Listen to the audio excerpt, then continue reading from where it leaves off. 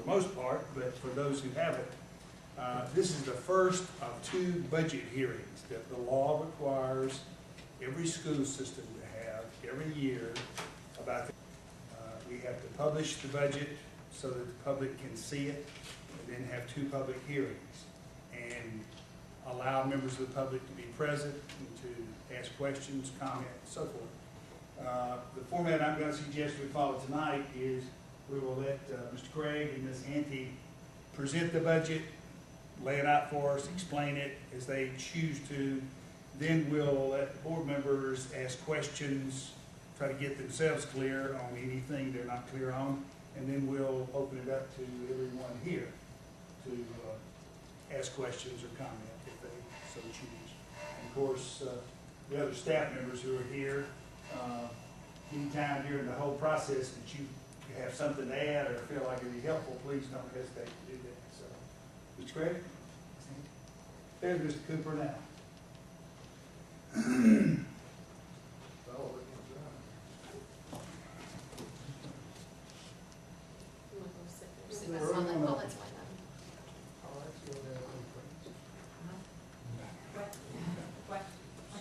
I'm going to turn out these big overheads because otherwise the screen doesn't show up very well. So we left the auxiliary lights on. I think that'll be adequate.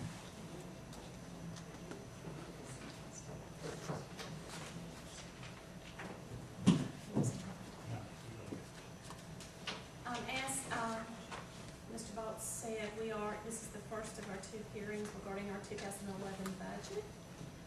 The budgets are due to the State Department on September 15th. This is later than typical. For the last 3 years, they've been due September 15th, but the State Department changed that rule from being due previously August 15th. So that's part of the reason why there's a shift in when we have budgets. It's helpful, though, because so many things are changing with the State Department, and they're getting new information all the time to us. So it's very helpful to, that we are having a little bit more time to get it in as we react to the additional information that comes out of the State Department. I think as late as last week, I got new guidance from the State Department around things to incorporate in the budget. So it's certainly a continually changing environment for us. The budget process is designed to develop a tool.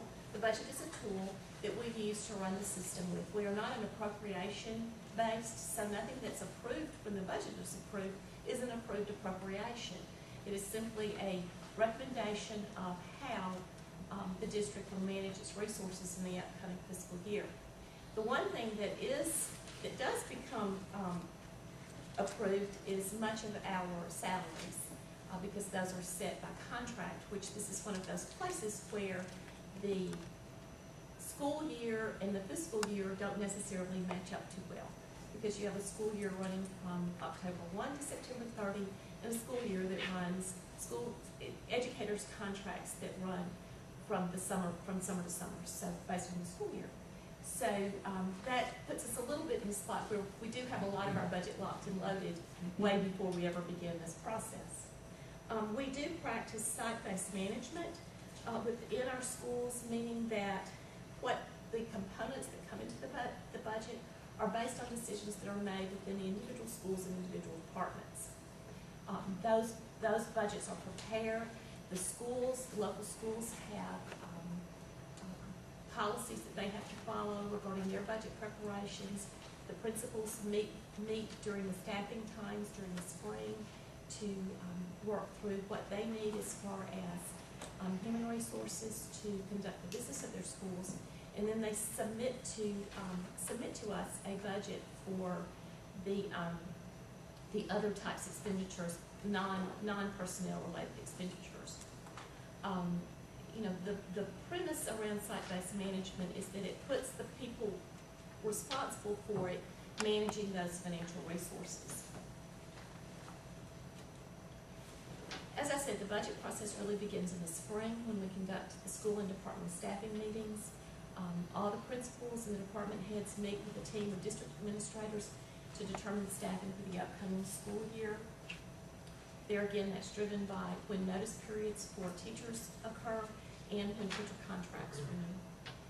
Once the budget process is complete, which is usually by about mid-April, we've got about 86% of our general fund has already been determined by that time, based on what those staffing allocations are going to be.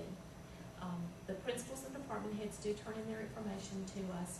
I'll review the information that they turn in, looking for anomalies, deviations from normal practices, and we'll have some back and forth conversations around what they're planning on and what they're doing. That occurs more with department heads than with the local schools, because the local schools are basically responsible for getting whatever revenues they're planning to spend. They've got to get those revenues. So I don't have as much discussion with the local schools, because if they don't generate the revenue, they can't in turn spend the money that comes into them. Budgets for federal programs are completed during the summer as funding information becomes available. That's probably the most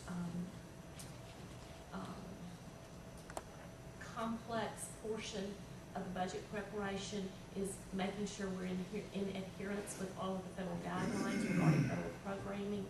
I work with the different departments that have the responsibilities for the federal programs, and we work very closely together to make sure that we are going through all the requisite steps for budgeting those federal funds. In looking at our revenues for this year, we do not budget proration. Even though we've heard from the State Department that they anticipate that there will be proration in 2011, we cannot budget for it. We can only, know that the potential's there for it. We have to go ahead and budget 100% of the state allocation in the different categories that the state has allocated us funds for. We are hearing from the latest that I've seen out there, and Mr. Crane may have different information than I, that the guidance from the State Department is that proration would be 3 to 5% for 2011. There has been some lingering discussion that a final waiver proration could come for 2010. They don't have too many days to do that, but so it might be they wait and just declare it early in 2011.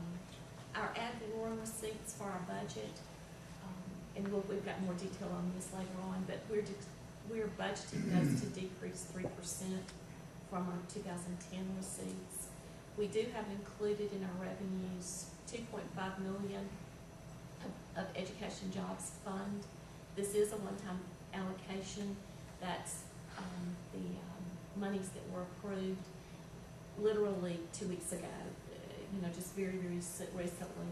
And that was one of the things we were waiting on, is to get the proper instructions from the state regarding what funds could be, what types of expenditures could be paid for, what types, it's for people, but what types of positions and duties could be paid for out of those funds, because they have very strict rules around it.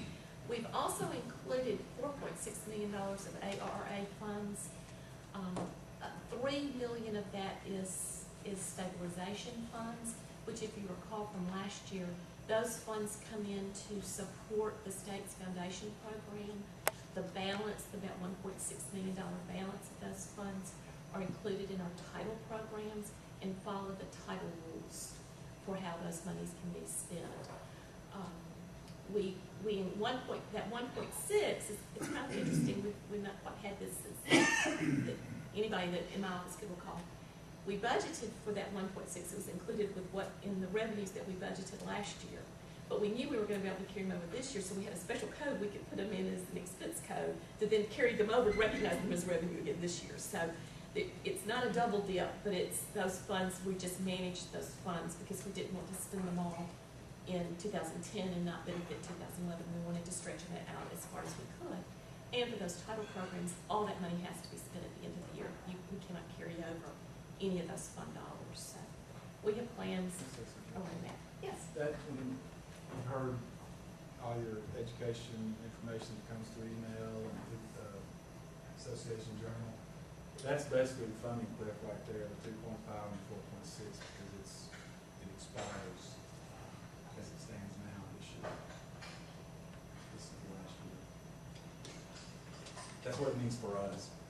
So $7.1 billion that you have this year with this ability. Yeah, and it's helped prop up the problems in the education trust fund. And years past, and so I think she's got a quote in here from Sally Howard, talks about all of the rabbits that have been pulled out of the hat at the education trust fund level over the years. Some of the things that were done, like borrowing from oil and gas reserves, we're in the payback period of that now. So there's a lot of things that propped up the declining revenues, and the federal government got involved the last couple of years. So 3% decrease in ad valorem receipts request, how much? she's got that. I've got that, we'll get to And we it. hope she's wrong about that. It's about $2 million. I was just too. It's gotta happen sometime though. I know we're here to talk about the 2011 budget, but I think it's important that we keep focused on what the future holds. In 2012, because of the funding cliff and the loss of $7.1 million of revenue that we have in this fiscal year that won't be available in the next fiscal year, it's important for us to keep that as a backdrop. Because if you recall, when we began seeing this happen back in 2008, early 2009, we talked about how it's going to continue. We are lagging behind the rest of the country. It's going to continue, and we need to start positioning ourselves to manage through this. And I think as we go through the budget, you'll see where we have done that. The fear, not the fear, but the cautionary tale is we can't let up on being very conservative in our approaches right now because of things like this, the $7.1 million. What happens with the state's ability to fund education, and my continuing concern for ad valorem taxes at least. I still have concern for that. I know you got a bullet point for my comment. What you said. That's all right. Sorry. That's okay. This is a quote. There was an article in Fortune magazine in August that talked about education in the state of Alabama and some of the unique attributes of the funding for education in the state of Alabama. One of which has to do with the ability of different school districts to levy their own taxes and increase taxes in order to make up deficits, which other states and jurisdictions can do. We cannot do that in the state of Alabama. They were talking about this is the quote from Sally Cowell that this group referred to, about how what's happened has helped, even though the state revenues have continued to decrease. It's certainly helped. It's helped us sustain many school districts across the state. We have benefited from that as well, although we were not in quite as dire and tight as straits as some of those school districts were. But the article is very interesting. It talks about conditions in one of our neighboring school districts in Tuscaloosa County and the situation that they find themselves in, and it's a very interesting read. This is very teeny, but it's on page 8 in the handout, and the only thing of its importance is it just shows you exactly what the state sends us as far as what our funding will be for next year and how it's broken out into categories. And they basically funded salary and fringe benefits and $200,000 worth of textbooks. That's what the state provided funding for. No classroom support, no all those other line items that you see on there, none of those things. And that's why we have that out there, just so you can see what the state, so we got the money from the state, and the state also tells us what categories we can spend it in.